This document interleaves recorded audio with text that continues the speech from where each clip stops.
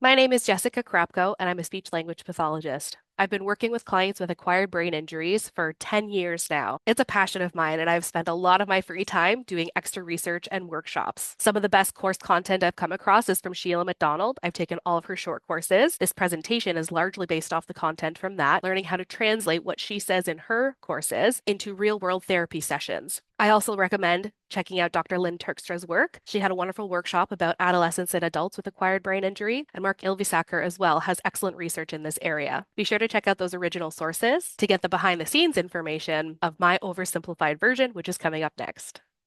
This is how I simplify cognitive communication skills and disorders for my clients.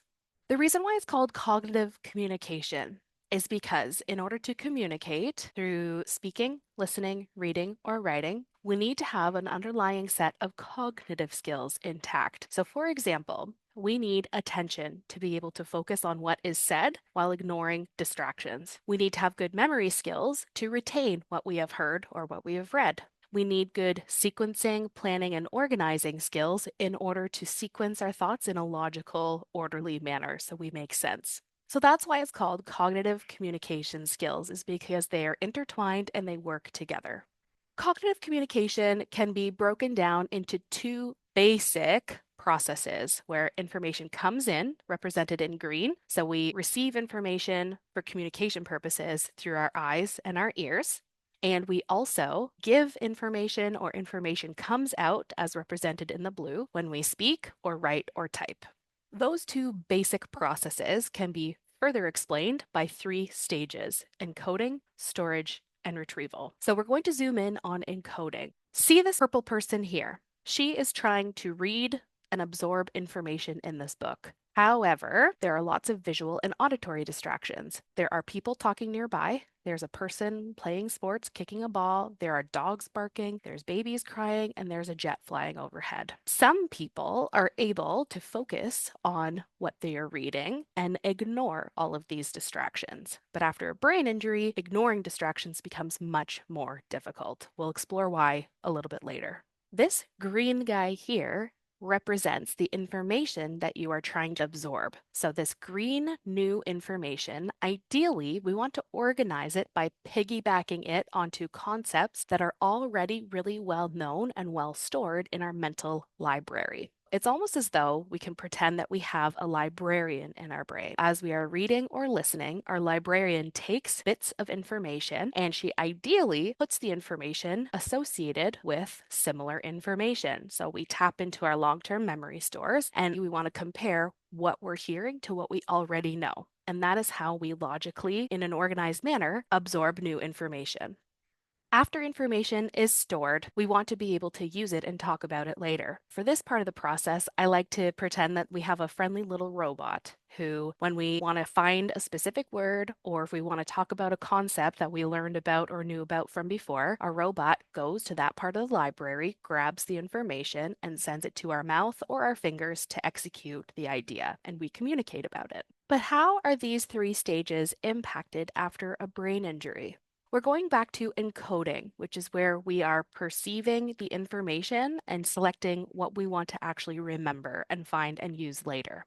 A common issue after brain injury is challenges with hearing. Often, peripheral hearing, or the ability to hear beep, beep, beep, beep, and loud and soft tones, usually that's preserved. What actually happens is because our poor brain has been injured, it's working more slowly, so it has a hard time keeping up. There may be other symptoms as well. Once the sound gets inside your brain, is your brain able to infer any missing information? So, for example, if you're talking on the phone and you don't have a great cell signal, healthy brains can fill in the gaps. Whereas with central auditory processing challenges, people have a really hard time bridging those gaps and inferring what the missing information is. Hearing sensitivity is also a major issue after brain injury.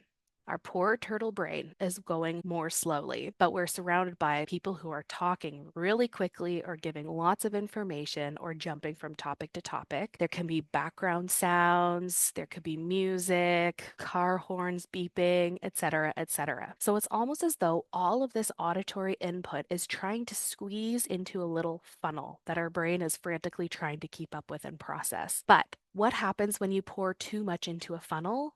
Some of it overflows. Not everything is even getting into your brain in the first place. And for people with brain injury, the effort it takes to keep up with conversations that are complex, lengthy, or fast, or if there's a lot of background noise, it takes effort and it feels painful, kind of like if you're trying to sprint on a treadmill with a broken leg. It creates exhaustion and makes people want to just give up. Another common challenge after brain injury are vision difficulties.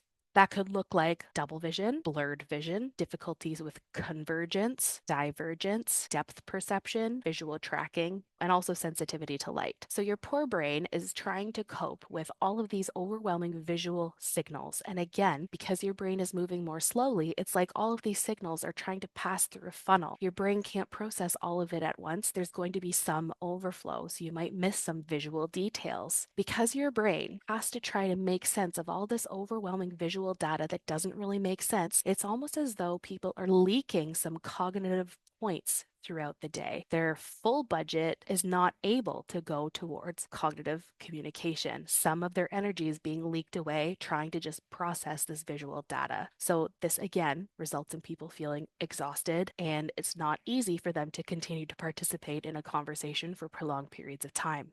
Another common issue that impacts a person's ability to absorb information is emotional lability. After a brain injury, the centers of our brain that put on the emotional brakes are often damaged. So, this means it's easier for people to become upset faster and it's harder for them to calm down because those regions of the brain have been injured. In an oversimplified diagram here, information enters from our body, we process in our emotional centers, and then we use this data in our frontal lobes to complete higher level thinking, such as problem solving and decision making. However, after a brain injury, because the frontal lobe is often damaged, it's harder to get out of the emotional brain and access your higher level thinking processes. And so, if you are stuck in emotion brain, it's really challenging to understand anything that you hear or anything that you're reading, let alone be able to effectively communicate about it. And another difficulty with the encoding stage is pain. Often after a brain injury, people have pain symptoms. So while ideally they want most of their attention to be going towards cognitive communication, they are always somewhat distracted by some levels of pain. And in some cases, it's severe and chronic. So, similar to the loss of cognitive points that happens when we're trying to make sense of the visual information, part of our attention is not present when we are distracted by internal symptoms such as pain or hunger or discomfort. So, again, it leaves people with brain injury feeling just exhausted and they're not able to participate in some conversations for very long due to their pain symptoms. We've already discussed that in healthy, ideal situations, we want to piggyback new information with what we already know and give it to our librarian so that she puts it in the spot with associated information in a nice, organized way. But after a brain injury, when your brain is overwhelmed and you're frantically trying to keep up with all of this incoming information, your poor librarian does not have time or capacity to take the book and put it where it goes on the shelf. Instead, remember how it's like sprinting on a treadmill with a broken leg? She's just grabbing whatever information she can and hucking it behind her in a disorganized way.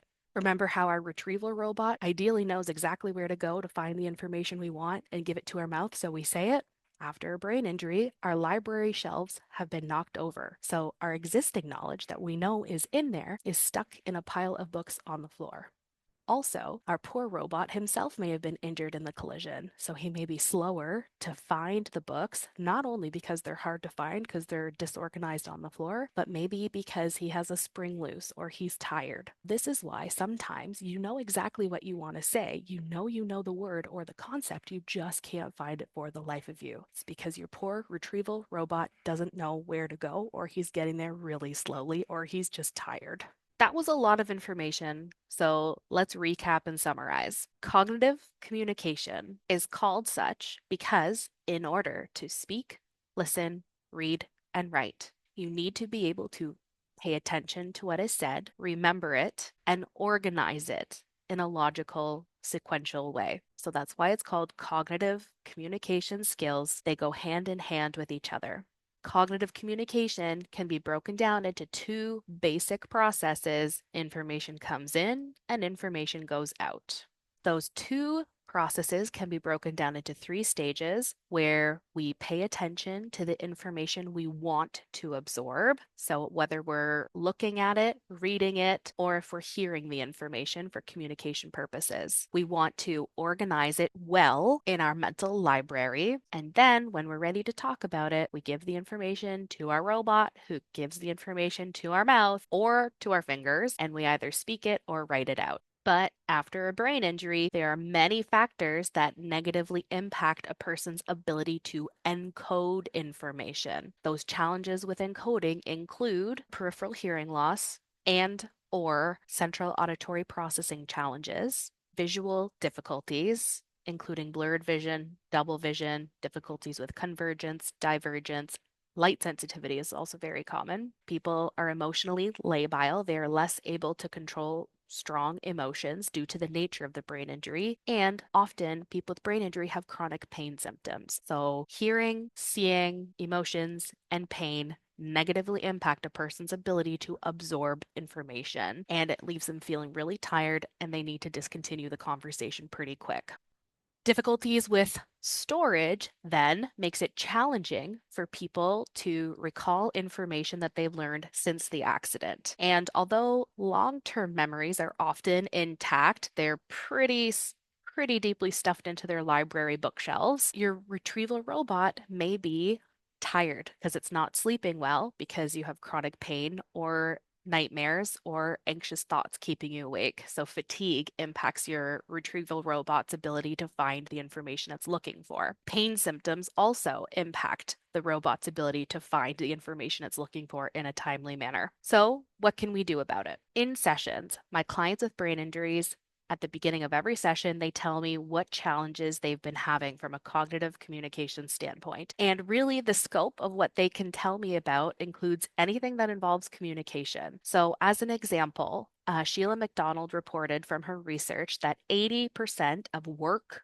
functions require communication. And that's just in one communication context. If you think about it, we communicate all day, every day, whether it's interacting with people at stores or socializing with friends or communicating with family members. We need to communicate about pretty much everything in all contexts. So they tell me about when and where they're having communication challenges. I then try to give them feedback about what I think is going on, filling in some puzzle pieces and helping them see the bigger picture and help them come up with tools and strategies to overcome these challenges. So, in a sense, I am giving them strategies to help their librarian keep up and organize information as it's coming in. And I help Retrieval Robot practice finding the information and sending it to the mouth or the fingers to execute it. It's kind of like speech language pathologists are the coach and our clients are our professional athletes. We have the tools and ideas and exercises to help our athletes perform at their maximum performance level, but ultimately it's up to the client to do the work.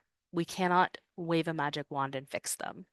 That was a lot of information, but we know that neurons that fire together wire together. Spaced retrieval or repetition over increasing intervals of time help further encode and consolidate information in our libraries. So feel free to reference this video as often as you need to. If you end up using it or parts of it, I would love to hear about how it has worked for you and your clients. Good luck, and let's go change the world one brain at a time.